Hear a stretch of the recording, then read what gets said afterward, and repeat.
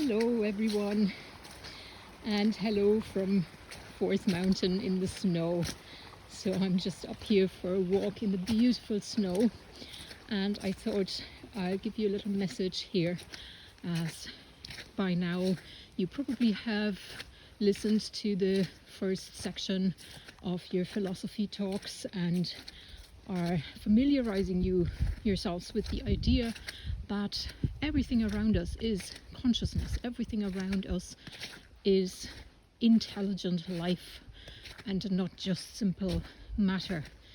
And so for that reason, let's go for a walk. Go for a walk in your own time whenever you want to go for a walk next. And instead of simply just walking or listening to music on your earphones or something, just really try and connect with that consciousness around you. Look at nature with a different light, just from a different point of view. Know that wherever you go for a walk, there are beings, there is an intelligent life that is at home there. The trees, the wildlife, the sky, the clouds. And when we walk here, we are visiting, we are the visitors. And when we walk here, it's not only us that looks out at nature, it's not only us that is the witness of what is going on around us, but it's also nature being aware of us. We are also seen by nature around us, the trees, the wildlife, even the clouds, the sky, the air. Everything is aware of our presence here. We are seen. So if you walk with that in mind, everything all of a sudden seems different. The trees all seem more alive. Everything seems more alive if you actually see nature with that in mind. And then with that in mind, knowing that we are seen, we are recognized, we can make a connection. We can make a conscious connection through our senses. We are aware that we exchange energy all the time. When we breathe with the trees. What the trees breathe out is what we breathe in. And what we breathe out is what the trees breathe in. So we are breathing together with the trees.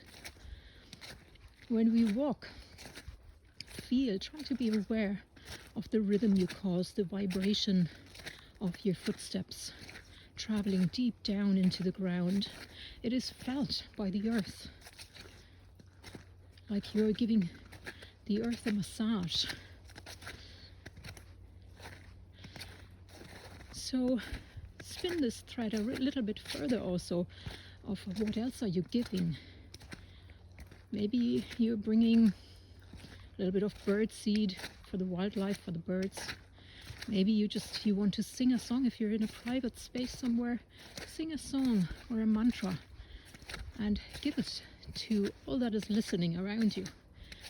And touch the trees, hug a tree, and don't be afraid of expressing these ways of communicating with nature around you. I know it can feel sometimes a little bit awkward for us because we are conditioned not to, be weird. We are conditioned to stay within the masculine boundaries of logic, and that logic would not include communicating with what we see as inanimate objects. But nature around us is not inanimate and is not just simply an object. So this is what I try to suggest to you. Just try and make a little more of a connection by using your senses, and also let your imagination run a little bit. Don't be afraid of your own imagination. So wherever you are, if it's or when you're going, whatever the weather. Right now it is a little bit unusual for Ireland to be covered in snow, although not as unusual as it may have been at some stage. But The snow, of course, creates a certain type of feeling, and so play with that feeling a little bit. What is it? It's stillness. Everything is frozen, something is working underneath, but we don't see it yet. When I was a child, I used to believe that whenever there's a blanket of snow, all the ghosts are frozen underneath the snow. So there is no ghosts active in the world.